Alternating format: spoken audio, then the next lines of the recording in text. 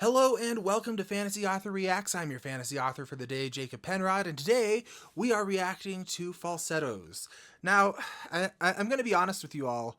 I don't know that I've ever been more nervous to do a musical on this channel. Not because anything's wrong with it, but I've also just never heard so many people talk about a musical with so much reverence almost. Not reverence, but just like, it's clear that it means a lot to people. And so I want to take it seriously. I want it to... I mean, I don't necessarily want it to mean a lot to me, but I want to be able to analyze it in a way that kind of tries and understands what makes this so resonant for so many people. I am an author who focuses a lot on characterization and relationships and things like that. So I'm hoping this will play into kind of deep characterization and relationships, but we'll see. I went ahead and skipped past the first 50 seconds of this. It looked like a little montage intro and I didn't want any spoilers. Let's see, what do I know? I know it's about, in some capacity, Jewish identity and gay identity in the 1980s, I think. And I put a post on my community tab and Patreon and did a little bit of research to understand just the bare bones of the landscape we're working with here.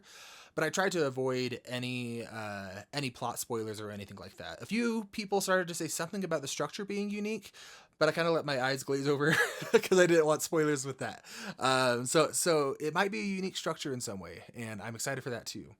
But I've been talking for a minute and a half. Let's just get into it. Falsettos. I hope everybody talks like this. That's really funny, Jacob. All right, let's go. Act 1, New York City, 1979.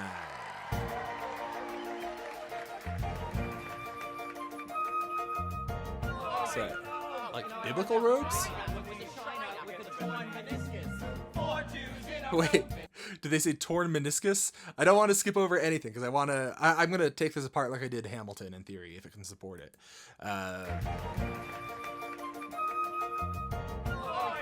Wait. Okay, so like coming together and complaining about what they just did. Oh, that's fun. Okay.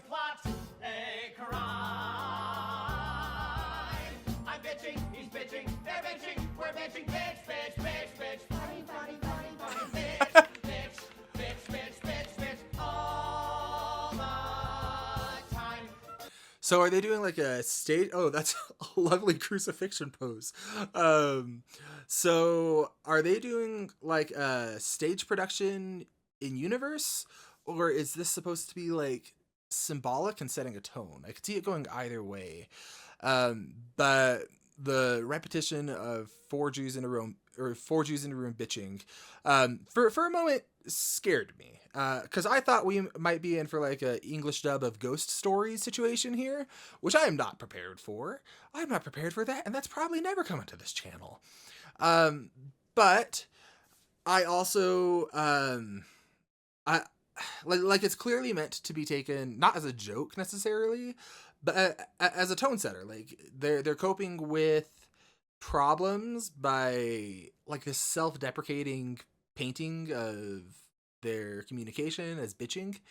So I'm curious if already it's setting a theme of people with Jewish identity kind of putting on a mask in the face of problems, and then kind of writing it off.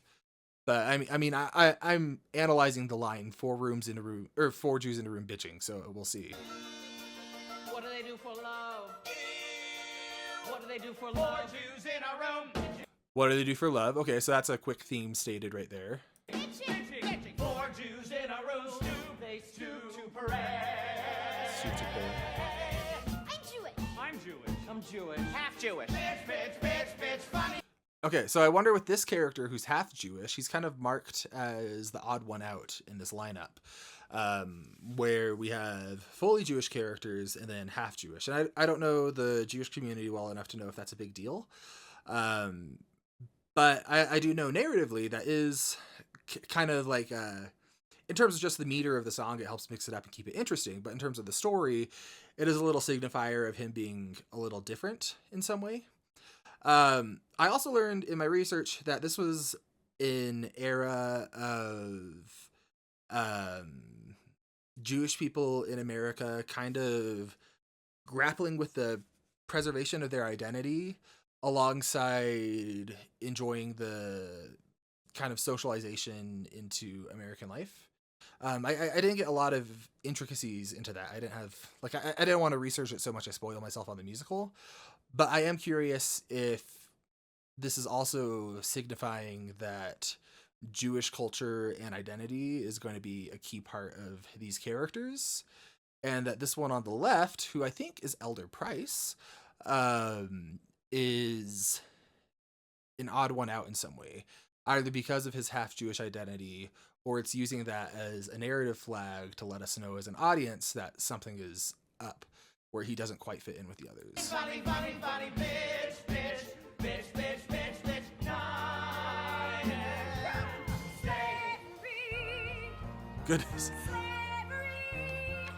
We crossed the Okay, so the slavery line caught me off guard. I did not expect that to be a lyric, but we get this character coming in singing slavery as she is taking the props from people who presumably are men. And I assume there's something there. I don't know what yet. I don't want to overread. desert, running for our lives, fleeing from the Pharaoh, who was up to no good. Now we're at the Red Sea, Pharaoh is behind us, wanting us extincted. All we need is a miracle! And then I'm so curious if this is in universe, like I said, or if it's a tone setter. Like I could see it being either the effectively. Red Sea split before us. No more sorrows. We got our miracle. Okay. Four Jews itching for answers. Four Jews bitching their whole life long. So did that say bitching for answers? So dealing with uncertainty in some way. I'm Wizard. I'm Jason. I'm Mendel. I'm Marvin. Okay, wait. I always forget character names, and this one is important enough to people that I am not going to just call him Elder Price the whole musical, so I'm writing this down. We've got Wizard Jason, Mendel, and Marvin. Okay, got it. Let's go back just a little bit. This is it's so fun. Like it's immediately letting you know. Yeah, I guess this is also part of it. Is I'm aware this was written by a gay Jewish man, I believe, and that's part of why it reads different than if we did find this song in something like Ghost Stories. Is I almost wonder if it's functioning as inviting you into the tone, because if this is about Jewish culture, you're going to have some cultural barriers, or at least things that people won't totally get unless they're part of it. And I feel myself a little unsure what it's okay to laugh at. Like, they're obviously playing up a stereotype, but I think it knows it's doing that, and that's part of the fun that it's having. And it's saying it's okay to have fun with this one. And it reminds me of, it was Jerry Seinfeld on Norm Macdonald, and he made a Jewish joke, which normally I am not a huge fan of those, but this one was pretty respectful. I mean, it's told by a Jewish man. So here's the joke. Now, the setup of the joke is it's a Jew joke. Okay. Two Gentile businessmen meet on the street. One of them says, "How's business?" The other one says, "Great." See, he gets it. He really got it. He really liked it. Yeah. So the joke is about who doesn't get it. Go back to the trunk joke. That's part of what makes the joke funny. He's Jewish, he gets it. Yeah. You're not, you don't. My point there is it is kind of a funny moment. The audience and the person who's telling the story can affect the way it's conveyed to the person receiving it. Where we have a joke being told by a Jewish person, and it's kind of like an in-joke. And I guess in some ways, I imagine there's going to be lots of things I don't totally pick up on with this. Like, I didn't get why that joke was funny until he explained it. But there's going to be people who do. And so it's really important when you're writing to know your audience and just be okay writing to the audience.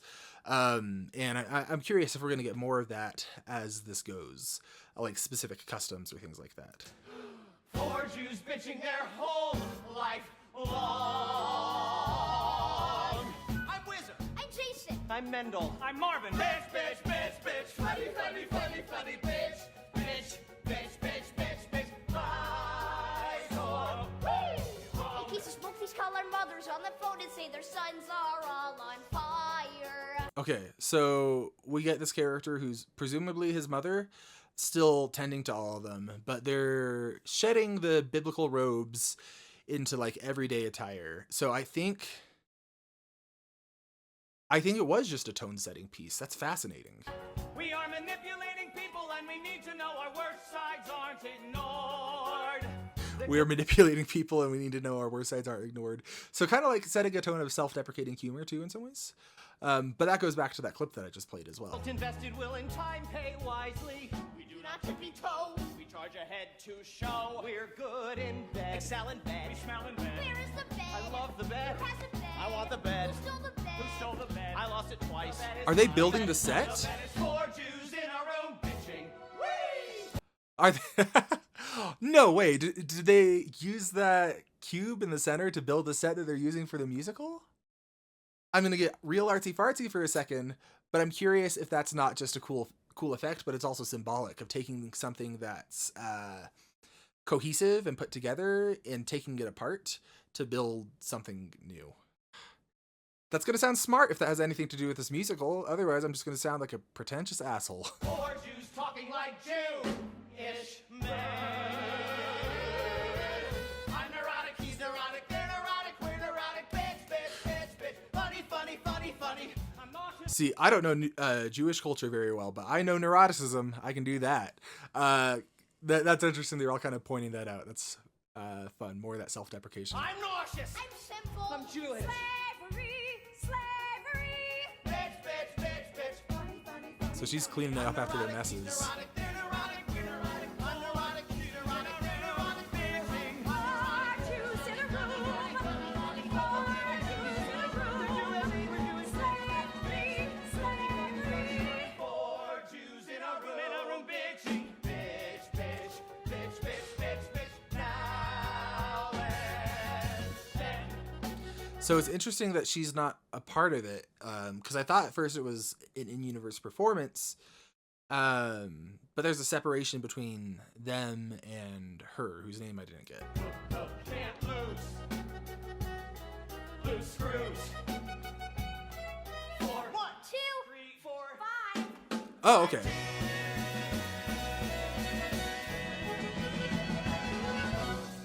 So she is a part of it.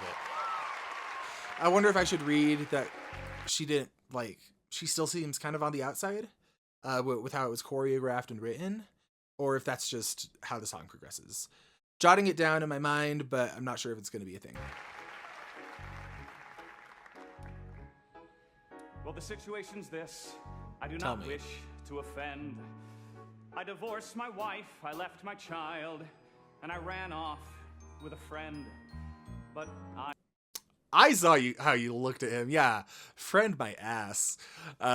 Did people actually wear ties like that, or is that folded weird? Is that cut off at the bottom? Am I dating myself here? It's so square. I want a tight-knit family. I want a group that harmonizes. I want my wife and a kid and friend to pretend time will mend. Okay, so that's already interesting characterization, where what he wants, I guess let's separate this out. What he's saying he wants is a tight-knit family. But that comes immediately after him describing a situation that seems self-sabotaging to that exactly, where he's leaving what was presumably a tight-knit family, and taking that apart. So I wonder if it's serving two purposes here, where we get him saying his motivation, but also setting up a theme of self-sabotage or getting in the way of the exact thing that he wants. our pain. So it's 1979, and He also we wants don't them go to by pretend. the book. We all eat as one, white friend and son, and I sing out as they cook. So they're all together. Look how he's sitting. He is... There's no way he's just a friend. But they're all together? Do they know? I love my tight-knit family. I love the way they cook linguine. Oh, Isn't wait. it great? We're all so swell. So that's interesting. He says, I love my tight-knit family. But he does that encompassing that friend into the family. But if it's the kind of friendship I'm thinking, I'd be, I'd be surprised if his wife wants anything to do with that. Such a dear clientele. I swear we're gonna come through it. I fear we'll probably fight. Why does he look at Whizzer when he says fight? Is that foreshadowing or is that a little character quirk? I also am noting the chessboard in the background. Not sure what to do with it yet. But nothing's impossible. Live by your wit. Kid, wife, and lover will have to admit. Lover, there we go. Right, I cushion the fall. I want it all. I want it all. I want it. He wants it all.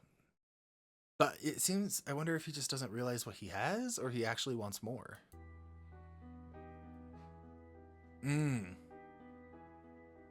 So maybe Whizzer is acting as like a kind of escape for him, but he's not fully getting what he wants there. He wasn't getting what he wants from his wife because presumably he's gay or bisexual. But he also... I don't know, with that look on the word fight and then just the feeling of that song, I wonder if he's not getting exactly what he's wanting emotionally from this connection either. I want it all. Sit down, my dear. I hear you have a problem. Doctor? I'm sure you're not disgusting or indiscreet. Take a load off your feet. Therapist. Happy or sad? That's a question with no answer. Bad therapist. Let's not discuss the weather, let's face the facts. Marvin's wife must relax. Love isn't sex. That's a thing my heart... So, being told you must relax, lovely. But it's also that he refers to her... Also interesting, he refers to her as Marvin's wife rather than by her name. Once told me, Marvin, my ex, well, you've seen him for years, told me over the phone to tell you my fears. Do you only treat queers? So he has seen Marvin for years. And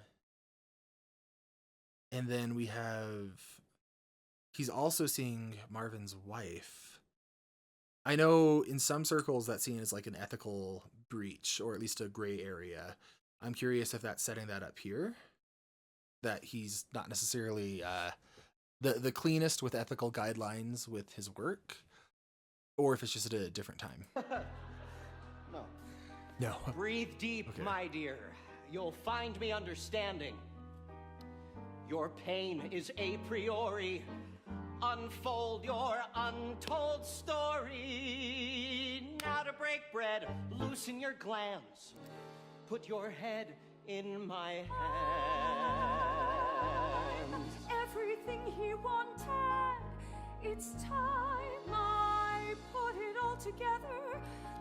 So she sees herself as everything that he wanted, but he wants a tight-knit family, and presumably she was providing that. So I'm curious where the disconnect was, if it's really just sexual orientation or if it's more. The date was set, my father let me marry. I married. Then Marvin came from work. So Sat me down. her father let her marry. We're getting a whole lot of like, she's being told how to feel. She's being told what she can do. She's singing slavery in the opening song. He's telling her what her outcome is going to be. Mendel is telling her what her outcome is going to be before she actually even talks. I wonder if this character is just kind of bowled over constantly. On the bed, he told me how he loved me, how he needed and valued me. I have What, syphilis, he syphilis? said. Good. I have Yes, syphilis, syphilis. it's true. Good. I have something rotten which appeared, though now it's well forgotten. Maybe, darling, so Maybe, darling, so do you. I am probably diseased. You're a lovely girl. So he's that's kind of like, I don't know, like, first off, how do you even have that conversation? That's hard. But it's also showing me narratively that there are consequences to the decisions that Marvin's making in an effort to get what he seemingly already has. Like, it's not a clean break. only appeased. What a lovely girl, though she's possibly He diseased. took pains to Oh, not is excite he? us. Is Mendel interested in her? That would definitely be a violation. He explained I've hepatitis too. Hepatitis. Love is blind. Love can tell a million stories. I'm skeptical of that line because I don't think one character has said what they actually mean in this entire musical. It has felt like so much subtext and good writing in every single line where we're being fed a bunch of unreliable narrators. And the fact that he's saying love is blind after he talks about potentially being uncomfortable that the wife is, I think he said, diseased, makes me wonder if it's just setting a theme for the story or if it's also self-talk, trying to tell himself like, love is blind, I might love this woman. It strikes me as a line that's multifunctional. Love's unkind, spiteful in a million ways. Then I stayed home from work, took good care of my men. They fit to spare, they wet their bed, they comb their hair, they acted dead. One said, Yes? Daddy is a prick. What? He said, Yes? Daddy isn't mine. He filled Good. my coats with candies and notes with, will Interesting that, like, look at Marvin's reaction to the child saying this, Jason. They fit to spare, they wet their bed, they comb their hair, they acted dead. One said, Yes? Daddy is a prick. What? He said, Yes? Daddy isn't mine. He filled Good. my coats with candies and So he's kind of just taking it on the chin. And I think that maybe gets into some of that deflection that we saw earlier. Either that or he doesn't know. notes with, will you be my Will you be my Valentine? Oh.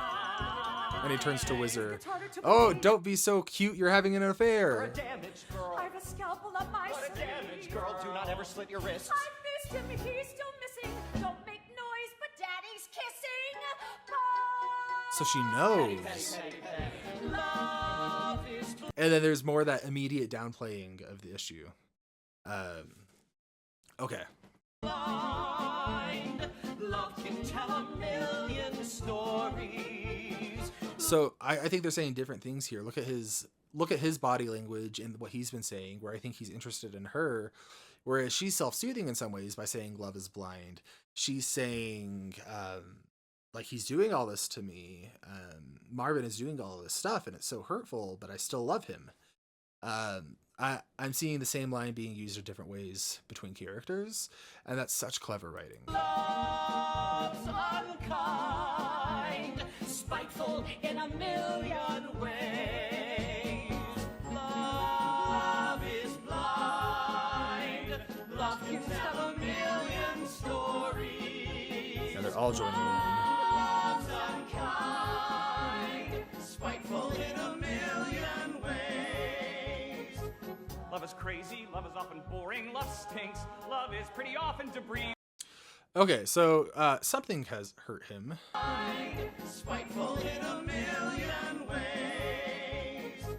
Love is crazy, love is often boring, love stinks, love is pretty often debris. When you find what you find, then never, never, never, never, never do it over again. Love Okay, so he's it's interesting because he wants love. He wants a family unit.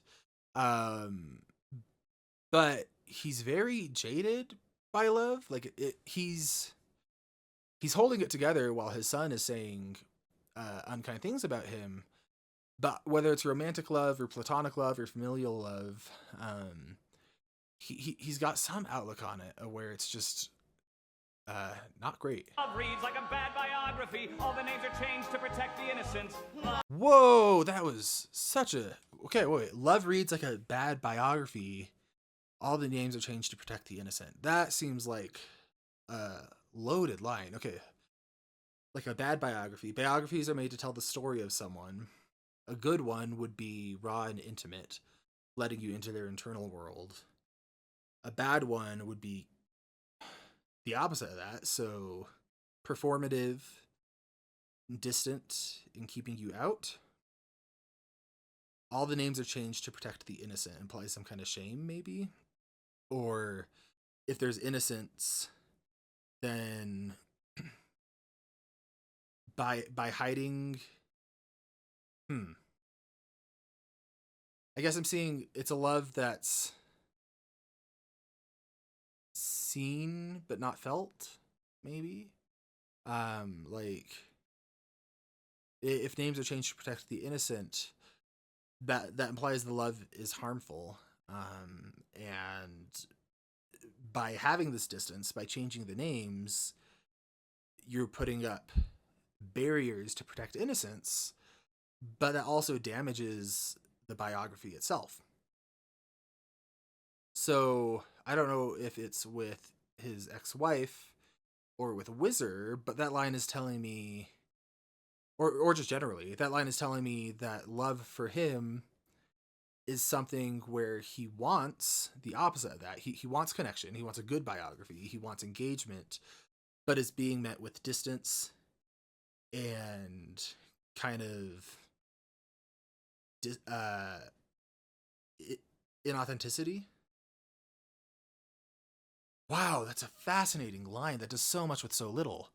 I'm guessing, did he look at Whizzer when he was singing that? Love is pretty often debris when you find what you find. Yeah. Then never do it over again. Love reads like a bad biography. All the names are changed to protect the innocent. So he looks at Whizzer right before and right after that. I'm guessing he's saying that as a broad theme for how he views love, but also about Whizzer. I'm wondering if Whizzer is a character who performs distance and performs a lack of connection while still experiencing love deeply. Love is blind. My name is Mendel. Hi, Mendel. I treat her husband. I think she's very insecure. But so am I. Okay. I'm never married. Work is my passion. The way he repeats work there and the way the line is delivered, it reads like something he's told himself for years. He's never married, but the positioning of that line makes me think it's something that he really wants. Or perhaps that's an alibi. Yeah. Perhaps it is. I don't Oh, care to what discuss happened? it. What happened between them? I think she's charming. I think she's needy. In just 5 sessions on my couch, she'll be like new. He's talking with a lot of confidence for someone who's insecure. His name is Mendel. Return next Friday. I admit I admire you. Okay, I think we're gonna see an escalation there. Hang up all your clothes. Whizzer bags. Whizzer nose. Shave your legs. Make me sick. You're a prick. God, you're impossible. We've been together for 9 months. 10 months. 9 months. 10 months. 9 10 months. months. They're bickering, they're fighting, but they're fighting about little things. But this one that they're fighting about specifically, how long they've been together, like couples misremember things, but with that, love reads like a bad biography. I don't remember if it was biography or bibliography. That would be embarrassing if it's bibliography, and I just did that entire analysis. All right, 10:48. Hold up. Protect the innocent. Love is pretty often debris. When you find what you find, then never, never, never, never, never do it over again. Love reads like a bad biography. All the Oh, thank God. Oh. Okay. I was about to be so irredeemably embarrassed. But yeah, that disagreement, I think it was set up with that bad biography line where Wendell, if he's the character I think he is, wants distance, and so he's remembering the less committed time frame, whereas Marvin theoretically is going after deeper emotional connection, and so he wants it to be the longer one. So it doesn't actually matter who's right. It doesn't even matter that they're fighting. It matters the implications behind what they're remembering differently. 9 months, 10 months, 9 months, 10 months, 9 10 months. We are the salt of the bourgeoisie. While I put the steak in, I bring home the bacon, and we're proud to say we love it how we don't.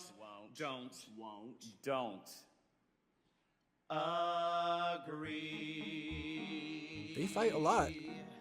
Everything he owns is vile. Marvin doesn't care a whit. Marvin doesn't share my devotion to style. Yeah, but you stuck with him for 9 or 10 months. Musical, you want me to think this character doesn't care, but he cares. Men from France can cancel a debt. Men in cufflinks make me forget my name. But you're not with a Frenchman, at least not exclusively. Maybe they're not, maybe they're not monogamous. But no, Musical, you're not gonna trick me. I intend to upset. What's your deal? This regrettable game. See, it's loving fighting. Whizzer takes me by the neck. What is this? Wash and wear? Whizzer has unlimited knowledge of Drek. Send me flowers. Mention is made. Make them roses. Attention is paid in full. See how quickly he sours. Okay, so Whizzer is wanting objects, like wanting flowers, or what was the other thing? Mention is made. Make them roses. Yeah, he's wanting flowers, he's wanting roses, but that doesn't seem to be how Marvin expresses it. Attention is paid in full. And he's fixing his See tie. how Oh, quickly he sours. don't be so cute. When he pushes, I pull. Hang up your clothes, Marvin, breeding shows, Marvin. I was rich, he was horny. we fit like a glove. Close your eyes, Whizzer. Passion dies, but I'd kill for that thrill of first. Ow. Love. That's an ominous line. This isn't going to be a Heather situation, is it? Kill for the thrill of first love. Kill sticks out to me. Oh, is this going to be sad? It's going to be a sad story. But for the thrill of first love. Okay. Gonna hold on to that. Not sure what to do with it yet. We ask for passion at all times. We stand to passion and drink this toast. Still, it's awfully trying. And we're not denying that of all the lesser passions, we like fighting most. See, we've seen that where like they're not fighting about the big things. They're fighting about little trivial things. And for them, it seems like that's a form of connection or like a form of communication. And it might not be healthy. I mean, who's to say? But I guess, especially as therapists, isn't to say. But like that also ties back to the tone setting in the first song, where we saw kind of deflection. So they connect through bickering.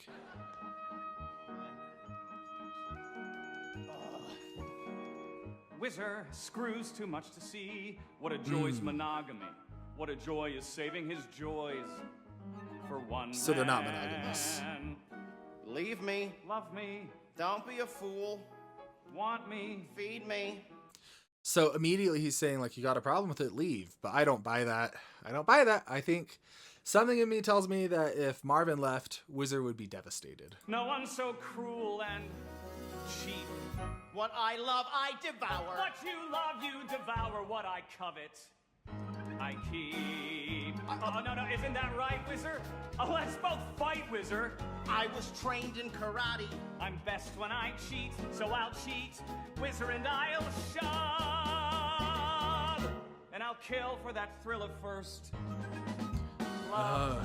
That line makes me so uneasy. Been together for 9 months. 10 months. 9 months. 10 9 months. 10 months. In fact, we've almost survived a year. See, like, Who is counting? We're too busy. it's fighting, but it's performative fighting, where it's like affectionate, and there's a security there in the insecurity almost. There's a lot of performing in this. Like, obviously, it's a musical, but we got Mendel performing being a therapist when presumably what he wants is a family. Those aren't necessarily at odds, but the musical is presenting it a little bit that way. And we've got Marvin, who seems to be performing wanting a tight-knit family, and maybe he does, but his actions are actively making that more difficult, it seems. Then we got Whizzer, who I know is going to make me cry by the end of this, who seems to be performing a lack of care, but I think he's deeply affectionate. Just a hunch. Counting a display of our affection. That is so sincere. That's Christian Borle. Oh my God. Sorry, that took me this whole time. I've been recording almost 40 minutes.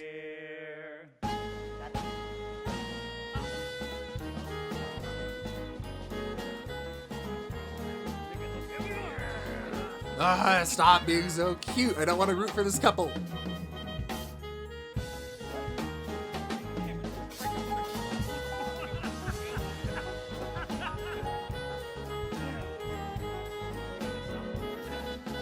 Passion dies.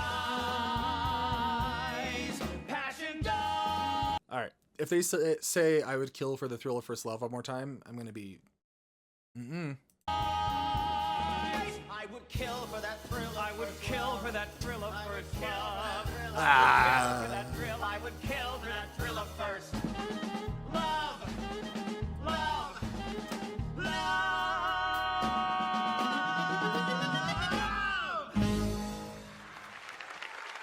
Okay. There's our first stopping place. Like I said, I've been going like 40 minutes. Wow, this is so interesting. There might be more subtext in this musical than I've seen in any other musical. Like, not one character said the entire freaking time what they actually think. And I think I already said that, but like, it's so fascinating.